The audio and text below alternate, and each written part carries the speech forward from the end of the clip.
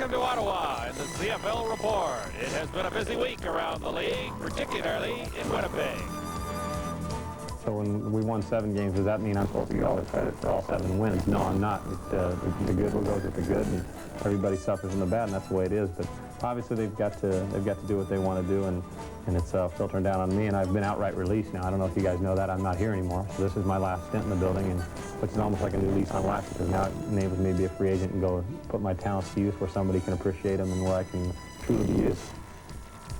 We'll get to the bottom of the Bomber quarterback situation, check out the scores and highlights from Week 18, and get you set for today's game between the Ottawa Rough Riders and the Winnipeg Blue Bombers, all in the next 30 minutes on the CFL Report.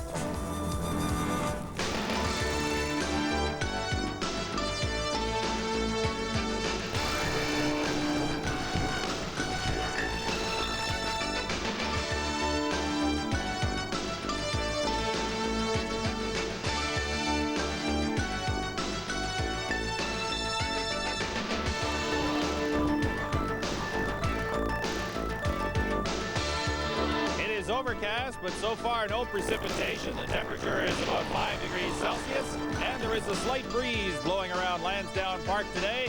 Just over half an hour to go until game time as the Winnipeg Blue Bombers get set to tangle with the Ottawa Rough Riders. Hi everybody, Peter Watts with you. Welcome to the CFL Report.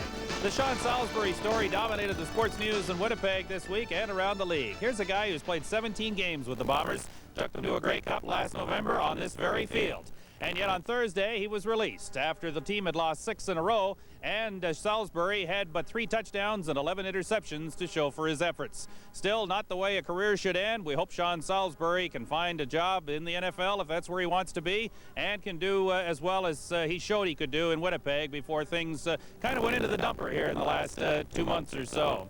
Lee Saltz will be his replacement today, a guy who has not played very much football in the CFL since he came up here a couple of seasons back. So he is under the gun, and so is his teammates. Let's get more on today's game now. Up to the broadcast booth. Here's John Wells and Leif Pedersen.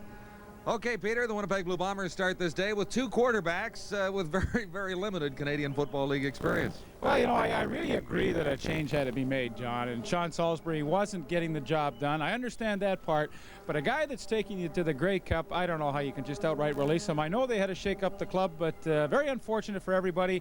I don't like their chances for playoffs with Lee Saltz and Sammy Garza. But that's Mike Riley and Cal Murphy's decision. Well, here's what we have this afternoon. The Winnipeg Blue Bombers can clinch second spot, home field advantage for the playoffs if they beat the Ottawa Rough Riders today.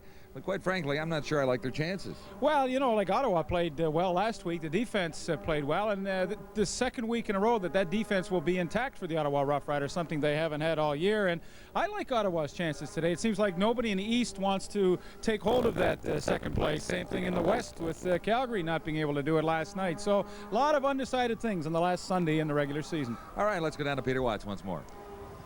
Thank you, guys. You were talking about Toronto and Calgary, and neither team played very well at all on Saturday in the final weekend of the regular season. Both clubs headed for the playoffs. Neither is able to do it, though, on a high note. First quarter action at the Sky Dome. Argos in front 3-0, but not for long. Earl Winfield, the forgotten man in Hamilton this year, largely because of injuries, goes 77 yards on this punt return for the touchdown, and the Ticats take the lead 7-3. Second quarter now. Todd Dillon connects with Derek McAdoo. This play goes to the 2-yard line. It sets up a McAdoo touchdown. 14-3 Hamilton. They led 23-9 at the half. Fourth quarter, Rick Johnson hit Paul Masadi for a 37-yard pass and run play for a major. Just about the only Argo highlight on this night. Hamilton 36, Toronto 27, the final at the Sky Dome. The other game at the stadium at BC Place in Vancouver on Saturday, 46-21. The Lions dumped the Calgary Stampeders, and so Matt Dunnigan and company finished their season on a high note, and Larry Kuharek and the Stampeders have some work to do to get ready for the Saskatchewan Roughriders next week. Here are the standings heading into the last couple of games of the regular season. Edmonton with a CFL record 30 points, 10 ahead of Calgary. Saskatchewan plays at Edmonton later on Sunday, and the Rough Riders could get home field for the first round of the playoffs if they can beat the Eskimos. That, of course, is a tough task, but Saskatchewan, one of 2 teams to beat Edmonton in league play this year. In the East, the Ticats are home and cooled out. They'll get ready to host the Eastern Final in 2 weeks' time. Winnipeg and Toronto still battling for home field advantage. A Bomber tie or victory here in Ottawa today will give Winnipeg the home field advantage for the semifinal next weekend. And, of course, the Ottawa Roughriders, 3-14, but if they can win today, they're 4-5 in the second half. Signs of improvement in the nation's capital. Lots more still ahead on the CFL Report from Ottawa. We'll be back.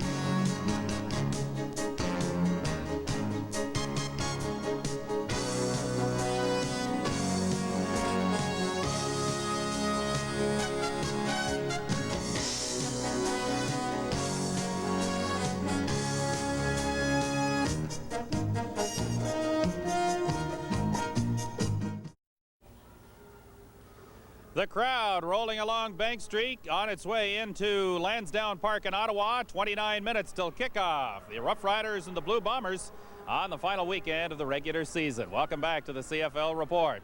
The Winnipeg Blue Bombers have not been very good at home this year. They have not been very good against teams in the East. Both of those things are surprising, glaringly obvious last Sunday. In the stadium in Winnipeg, the season just keeps getting worse for the Blue Bombers. This time, the Ottawa Rough Riders at 2-14 take advantage of them. Ken Hobart, who just a week ago was the manager of a bowling alley in Idaho, completed just 4 of 19 passes for only 1 touchdown, but it was enough to beat the lowly Blue Bombers. The Riders' defense turned in a strong performance. They held Winnipeg to just 93 yards along the ground and recorded 3 quarterback sacks. Ottawa goes on to win their 3rd of the season, 18-14 the final score. Winnipeg, whose record drops to 7-10, is assured of a playoff spot in the East, but will lose home field advantage against Toronto in the division semifinal should the Argos and Bombers remain tied at the end of the regular season. And linebacker Patrick Wayne is here to tell us that the Rough Riders can make it 2 straight victories over the Winnipeg Blue Bombers, right? That's right. You know, it's very important for us to win this last game to gain some momentum going in for next year. We've got a lot of people here that we didn't have at the beginning of the year, and it'll make a difference next year for us. So it'll be good to have this victory going into next year. As we looked at it last week, it seemed that the Ottawa defense perhaps had its finest hour last week against the Blue Bombers. Did you see it that way, Patrick? Yeah, we played really well. Everybody, all phases of the defense, the defensive line, linebackers, and DBs played well. And hopefully we could just keep improving on that, you know, and hope for everything works out again next year. Has it been a bit of a long season to be an Ottawa Rough Rider? Yeah, it has. You know, only winning 3 games, you know, it's kind of depressing. But being a part of the team, you can see the improvement that we made. And just looking forward to next year, just having one more chance. Can you believe all the injuries that this football team has had? I mean, there are 12 starters sitting on the injury list right now. Yeah, it's been a frustrating year that way. And we've had to get a lot of young guys coming and fill their spots, and they've done a good job. And that just makes us a stronger team, I think, because now we have experienced guys and young guys getting a chance to play. Who do you line up against today, and what kind of an afternoon do you expect personally? Personally, I want to go with a great afternoon. I just want something to shoot for next year. So just coming full speed ahead. All right, thank you very much. You're Patrick Wayne, linebacker for the Ottawa Rough Riders. The Winnipeg Blue Bombers have had some tough times over the last 6 weeks, and offense has been a particular problem.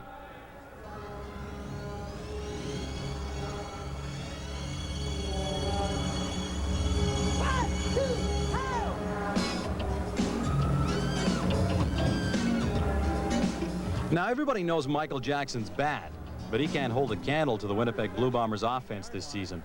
They're really bad, and that could have a lot to do with their current 6-game losing streak.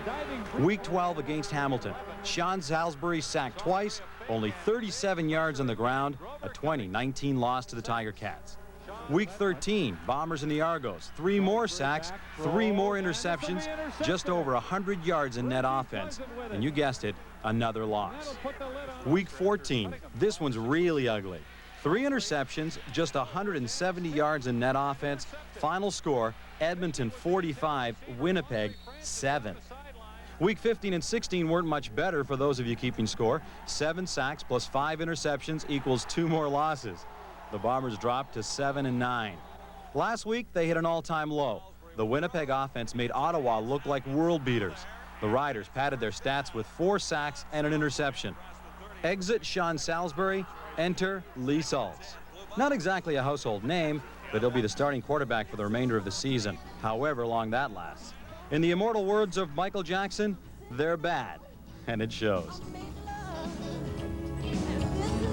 Well, it really has been a frustrating year for the Winnipeg Blue Bombers on offense, and no one would know better than their offensive tackle, Chris Walby. Chris, you have always been candid with me on our shows, and what is your opinion of the offense this year? What's the problems been?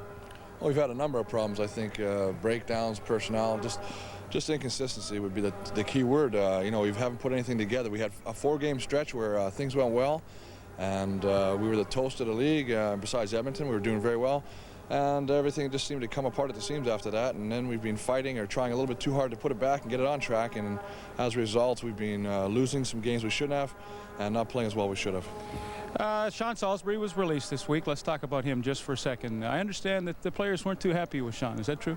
No, I think that's false. I think anytime you lose 6 in a row, you try and get away from finger pointing, but it ends up happening anyway. And the biggest thing you can do is just try and regroup as a group and go out there and play the games. And I think if everybody just takes the attitude that you know, he's got one job, we got one job, and make it like a one-on-one. And I think if everybody takes that and wins their one-on-one, you're going to come out of the game with a victory. Now, Chris, last year you were fighting with the Argonauts. You seem to have some scraps with every team you play, personal scraps. This year, I think you've been a little quieter. Are you mellowing down a little bit or what? No, it's all new guys, and I'm meeting them all, so it's been fun this year, actually. No, I had some feuds with Toronto mainly, but I think that'll be evident again next week, not trying to look past today, but you know, I think that was characteristic of our team last year. I think we were a little bit more aggressive last year, and this year we seem to be a little bit more, I hate the word passive, but we seem to be sitting back a little bit more, and I wish we'd all get out there and start smacking some heads, because that's when it's fun football. All right, good luck this afternoon. Thanks a lot, Leaf. All right, Peter, we'll see if the Winnipeg offense can improve this afternoon. Well, Leaf, the Blue Bombers lost their last 3 games of the regular season last year and still went on to win the Grey Cup, but certainly things appear to be in a little more disarray than they were at this point last year. 22:50 till kickoff from Ottawa. Lots more still ahead on the CFL Report.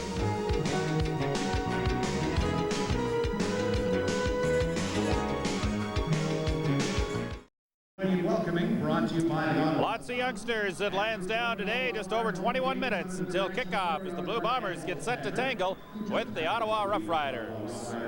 And the sun is coming out a little bit too, so that's a good news indeed here on this final Sunday of the CFL season. We know it'll be Calgary and Saskatchewan in the Western semifinal next week. We just don't know where. It'll be a great game. Forget the regular season. When the playoffs begin, it's a whole new ball game. Winnipeg proved that last season when they turned a 9-9 record into a Grey Cup championship. The way the Bombers are playing right now, repeating last year's accomplishment seems highly unlikely. But you'll have a hard time convincing the Argos of that. It's 3 seasons. You got the preseason, the regular season, and now the playoffs are coming up. And it's whoever gets hot at that time of year. And obviously you'd like to have had the great year and finish off with a great playoff and win the Grey Cup. But we were 14-4 last year, and Winnipeg got hot in the playoffs, and 14-4 is out the window. So basically what it comes down to is who's going to perform when it counts, and hopefully we'll be that team. One thing that isn't hot right now is the Bombers' offense. They've managed just 82 points in their last 5 games. That's an average of just over 16 points a game, and that shouldn't win you a lot of ball games. But if their offense gets it together, that spells double trouble for the Double Blue, because we all know how tough the Bombers' defense can be. They're pretty solid defensively. You know, they have good corners. Rod Hill and Les Brown, pretty good corners. And the linebacking core, we all know, James West, he holds down the middle pretty well. We just can't let them dictate the game. We have to bang some people around, shut off some of the things they want to do, and not let them get back in the pocket and throw when they want to throw. And that'll be the key. If we can disrupt their offense, then we feel like we have a great chance of winning the game. I think you have to look at their wide receivers. Basically, James Murphy is the man that if you let him do some things to you, can really kill you, and he's proven that over the years. And putting pressure on their quarterbacks, especially if it is young quarterbacks in there, then that's going to be a key for us defensively to put a lot of pressure on them. Well, there's a few gremlins loose in the machinery in the back room, and that's why you saw the Eastern semifinal preview first. Let's now talk about the Western semifinal. It'll be Calgary against Saskatchewan. It might be at Taylor Field. It might be at McMahon. We'll see what the Riders do today in Edmonton about that. 1988 was a season to forget for the Calgary Stampeders. They finished at 6-12, dead last in the West, and that earned them a front row seat for the playoffs. What a difference a year makes. Heading into Week 18, Calgary stands second in the West, earning them a semifinal matchup against Saskatchewan next Sunday. They play tough football, and again, they've got seasoned veterans, you know, some Aldag and Poley and guys that solidify that front offensive line. Quarterbacks been playing excellent. Fairholm got hurt last week, but you know, they still came up with a great game against us, and again, we're going to have our work cut out against Saskatchewan. One factor that might make Calgary's work a little easier is injuries. Saskatchewan is hurting. They have been for much of the season, and it's the same story for the playoffs. They've got a good team. You know, they're a tough bunch of guys. You know that every time you play Saskatchewan, it's going to be a dogfight out there. And we had our injuries at the beginning of this season. They've had some injuries. We've got some injuries now, and injuries are part of football. You have to overcome that. Believe it or not, some of the Stamps would like to see the Riders starters back in the lineup. It seemed like the both times we played them here, they had guys hurt, and the backup guy will come in and do a better job than the starter. So it's kind of surprising to see that, you know. But hopefully they have all their starters in, and we'll beat them with their starters. Next Sunday will mark the 4th meeting of the season for the two teams. So both sides are well aware of what will be happening on the other side of the ball. We've been getting to know each other pretty well this year, and it's going to be another tough game, and I think that the first half is going to determine who's going to win the football game against Saskatchewan. I think we're just going to have to come out and play really hard and forget about those rest of those games and just come out because they're a tough football team, and just got to play tough against them. So we are just about 17 minutes and 20 seconds or so away from kickoff here in Ottawa. And we'll be right back with more on the CFL Report. Stay with us.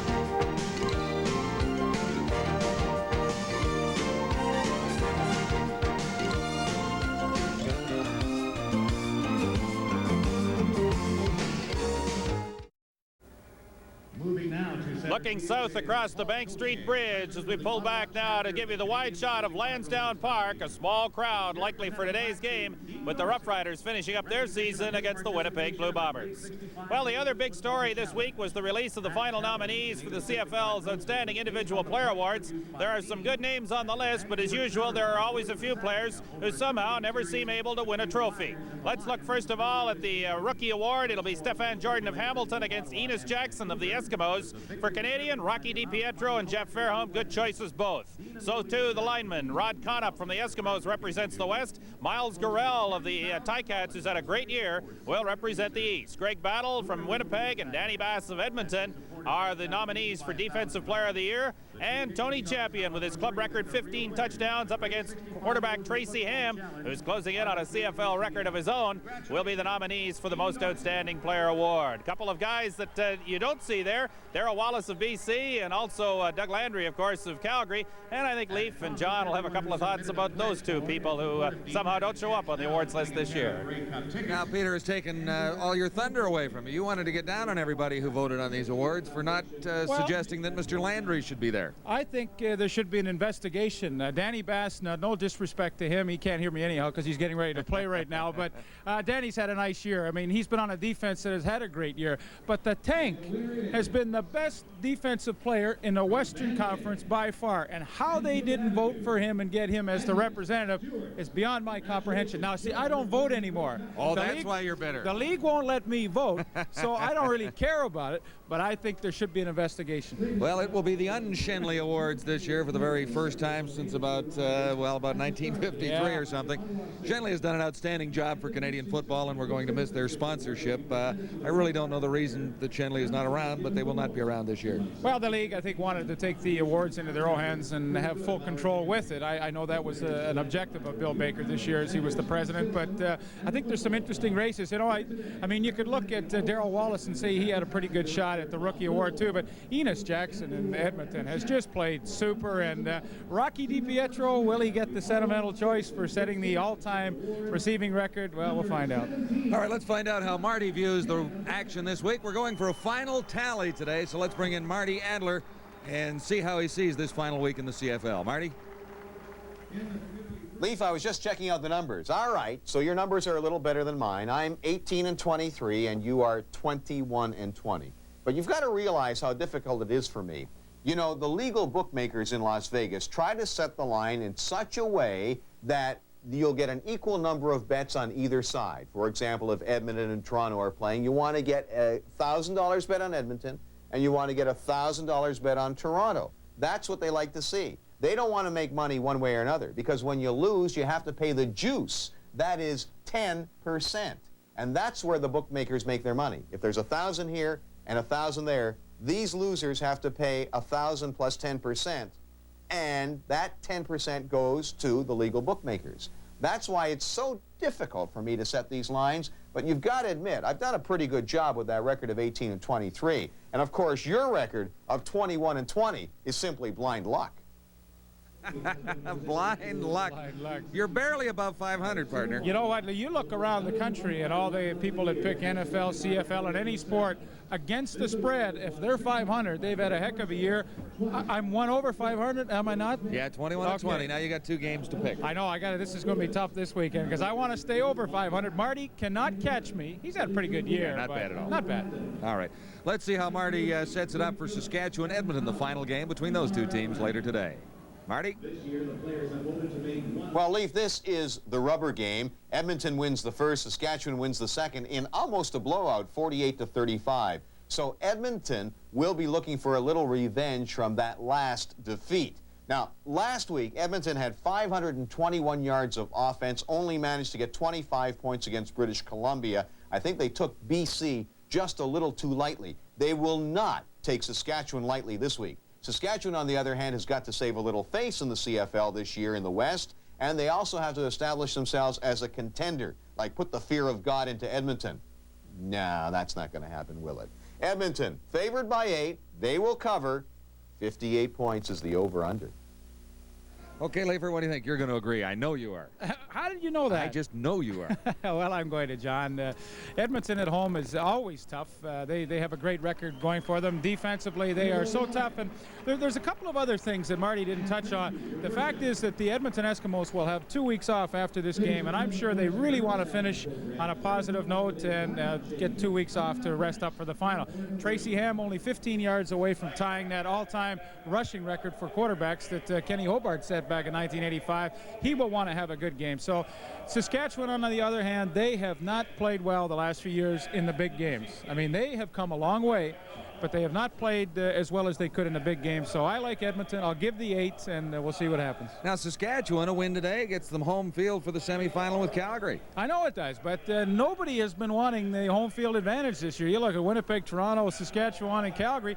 Nobody wants it, so I'm still going with Edmonton. All right, Marty, come on in and tell us what you think of this one here this afternoon. The Blue Bombers and the Ottawa Rough Riders. After Winnipeg lost to Ottawa last week, everybody was calling it the ultimate humiliation. After all, 6 in a row, and they end up losing this one to Ottawa. The big number was the pass completion rate, 12 for 41 for Winnipeg. Not very good. You can be sure they worked on that in camp this week.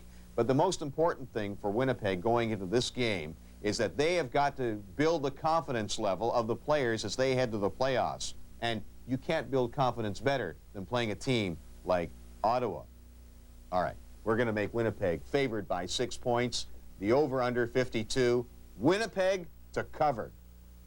See, that's where Marty blew it right there. I don't think the Bombers are going to win this one this afternoon. You know what? I agree with you. Like, you and I have been kind of on the Ottawa bandwagon. We're cheering for Ottawa. We feel sorry for them because they have not had a great year. 3 wins, I mean, that's not a great year by any stretch. So I'm kind of the sentimental choice going along with you there. I like Ottawa. They may not win the game, but I think 6 points is a lot. Winnipeg really struggling. What a Jekyll and Hyde team they are. Offense can't do a thing. Defense pretty good. And, you know, talking to Chris Walby in that interview a few moments ago, he said some of the guys were even talking about, well, if we don't win today, going to the Sky Dome to play next week's not bad. And that is a horrible attitude. All right, so you're taking the Ottawa Rough Riders going against Marty. I'm taking the 6, and I'll take Ottawa. And Leif Pedersen is trying to stay above 500 for this 1989 CFL season. We'll let you know how he does later this afternoon. All right, Peter. All right, guys, this is our final telecast of the CFL's regular season, of course. We'll be covering the playoffs and the Grey Cup daily on Sports Desk, so we hope you'll join us as we count down to declaring a new champion in the Canadian Football League for 1989. And a reminder that next Saturday we'll do 2 college games for you. We've got Western at St. Mary's at 12:30 Eastern Time, followed by Saskatchewan and Queens in the Western final. That'll be at 3:30 Eastern. Stay with us now for Ottawa against Winnipeg. Local blackouts in effect, so check your listings.